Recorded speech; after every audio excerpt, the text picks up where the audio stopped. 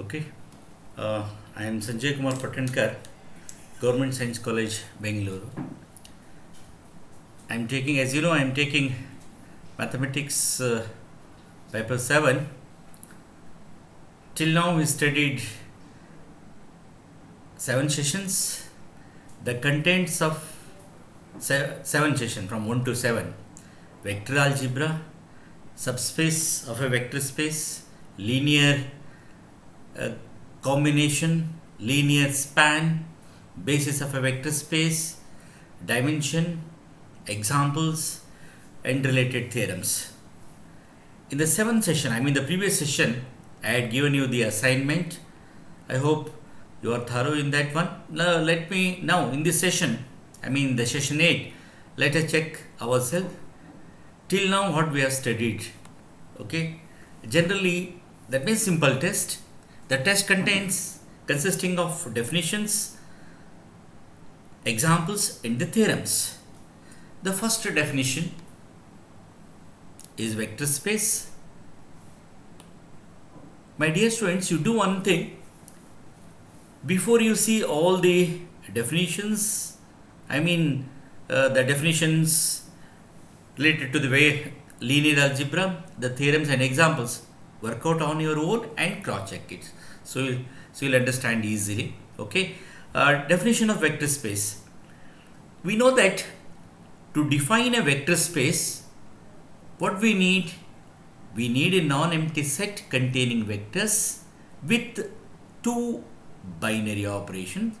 The first binary operation is internal composition, and we call it as vector addition. The second binary operation is said to be the external composition, that means scalar multiplication. With the help of these 2 binary operations, it must satisfy all the laws. All the laws means the set of vectors with the vector addition as a binary operation, the vector addition as a binary operation, it must satisfy all the laws of abelian group. Fantastic. Abelian group means, once again, closure law, associative law, identity law, and the additive inverse law. Okay, then finally the commutative law. The next one is, we have to take 2 vectors and 1 scalars. Here, A times of alpha plus beta, where alpha and beta are the vectors, A is a scalar. What we see on the right hand side, A alpha plus A beta. The next one is 2 scalars and 1 vector. Alpha plus beta, not alpha plus beta, it should be A plus B. A plus B, that is sum of 2 scalars times of vector. We write it as A alpha plus B alpha. The next one, AB of alpha equal to A times of B alpha. The next one is A dot alpha equal to alpha, where 1 is not A. 1 dot alpha is equal to alpha dot 1, and this is same as writing alpha only, where 1 is a scalar and alpha is a vector. Okay. The examples, I had given you so many examples. Out of that, I'll take only one here. The set of complex numbers over a real field is a vector space. Over a real field is a vector space. We know that set of real numbers is a field. That means we can define vector space over R. One more condition should be satisfied. That is, if I compare the elements present in C with R, the elements of C means the set of complex number, must have more number of elements than R. Clearly, it is true here. Therefore, we can verify all the laws of vector space. Next, subspace. To define a subspace, again we need a non-empty subset W of a vector space V over a field F. What is important? The W itself is a vector space under the same binary operation, not under the same binary operations, that is vector addition and scalar multiplication. Again, we have to give one example. because every time we have to give an example. Let me take a set containing ordered triple xyz provided this condition. What is the condition? Lx plus my plus nz equal to 0, where L, m, n are what? They are real numbers. Easily we can verify the condition of subspace. Next one is linearly independent and linearly dependent. To define linearly independent and dependent, what is necessary? What we need? We need a finite set containing vectors, and we have to form a linear combination. Okay. If all the scalar values are 0, then the vectors are linearly independent. If at least one scalar is not equal to 0, then the vectors are linearly dependent. Now we have to give one example of each. Let me take an example. What I do now, I'll treat each vector as a row of the determinant and expanding. 1, 2, 2, 4. Here 4 minus 4 equal to 0. Since it is singular, since we got 0, 0 means singular. If it is singular, the vectors are linearly dependent. Another example, the set 1, 0, 0, 1. First vector as first row of the determinant, second vector as second row of the determinant, expanding, and it is not equal to 0. That means non-singular, means linearly independent. Okay. Now, the basis of a vector space. Any subset B of a vector space over a real field is said to be basis of a vector space. The vectors are linearly independent and spans. Let me clear the definition of spanning now.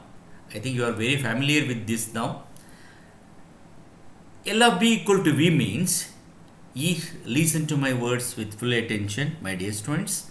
If B belongs to V, then B equal to, if beta belongs to V, then beta can be expressed as linear combination of vectors of B. That means I have to multiply each vector of B with a scalar and summing. For example, like if alpha 1 to alpha n are the vectors, then we write the linear combination as like this. Okay. So this is said to be what? B spans V. Example, and we know that the set of unit vectors are the standard basis. This is the set of unit vector, therefore it forms a basis. To say it is a basis, the vector should be linearly independent. You can check it like this: 1 minus 0, and it is equal to 1. That means not equal to 0. Not equal to 0 means non-singular. Non-singular means linearly independent. If it is linearly independent, certainly it is a basis. Okay. Dimension. What is dimension? Dimension means the number of vectors present, the number of non-zero vectors in a basis is said to be the dimension of V. For example, unit vectors. Let me take same example, the standard example. Unit vectors are the best friend of the basis, or is the best friend of vectors. Listen to my words carefully. Unit vectors are the best friend of vector space. That means the best friend of basis. Since we have two vectors, therefore the dimension is 2. Okay. Now, so all the definitions are over. Let me take a theorem. The statement of the theorem is like this: state and prove the necessary and sufficient condition for a non-empty subset W of a vector space is a subspace. And we know that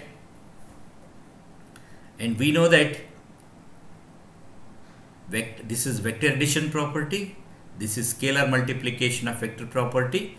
If we combine these two, what we get? A alpha plus B beta. This is said to be the necessary condition theorem for a subspace. Okay. Sufficient condition means using subspace, we have to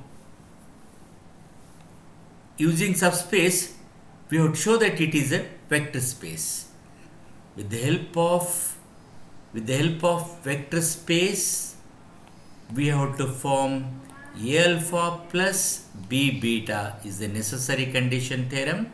Sufficient part means using subspace we have to check the definition of vector space. Vector space means vector addition property, that is closure law, then associative law, identity law, inverse law and commutative law, and remaining two more conditions. If W is a subset, if W, just a minute, if W is a subset of V satisfying this condition, A alpha should be A alpha plus B beta for all AB belongs to F and alpha and beta are the members of W. If I take AB as 1, then 1 dot alpha equal to 1 dot alpha plus 1 dot beta, clearly alpha plus beta. This is said to be the vector addition condition. Vector addition condition is same as saying the closure law. That means it is closed under addition. Okay. If I take alpha A as -1, it should be A alpha plus B beta. Okay. If I take A as -1, B as 0, what we get? We get additive inverse law. That is, inverse element exists in W, and this result shows that 0 vector belongs to W. So clearly, vector addition holds good. That means associative law holds good, commutative law holds good. Therefore, what it indicates, if I observe all these laws, we can conclude that clearly it is an abelian group. Now, if beta is a 0 vector, what we get? Simply A alpha. That means scalar multiplication. We can verify other laws easily. Therefore, if it is a subspace, 100%, all the laws of vector space are satisfied. Therefore, if W is a non-empty subset of V, then it is a subspace. Now, and we proved standard result theorem.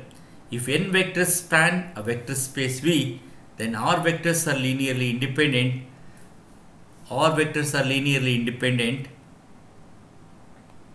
Then we see what? N greater than or equal to R. N greater than or equal to R means what? We see more number of vectors in first set than the second set. Let S is a set containing n vectors, it spans, and the another set containing R vectors, the vectors are what? Linearly independent. Okay, we have to show that n is greater than or equal to what? R. Since S spans V, you know the definition of spanning. What I do now, just a minute.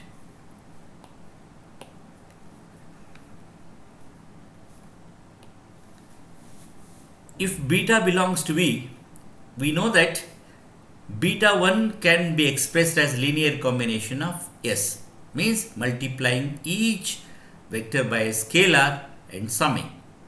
You take beta 1 to the right hand side. What we observe? We don't know the value of C1, C2, Cn. Okay, it may be 0 or may not be. Okay, but the most important point is the coefficient of beta 1 is -1, which is not equal to 0. Not equal to 0 means the set containing all these vectors, clearly it is linearly dependent. If it is linearly dependent, we know one theorem. The theorem states that if the vectors are linearly dependent, there exists a vector which is a linear combination of preceding vectors. Here, let me take alpha I. alpha I is a linear combination of preceding vectors, but this linear combination does not contains beta 1 because beta 1 is a member of what? Linearly independent set. Similarly, we have to take beta 2 and again we have to follow the same procedure. Okay. Every time what will happen? We include betas and deleting alphas. In the first part, in the first step we deleted alpha I. In the second step we deleted alpha j. In place of alpha I we got beta 1.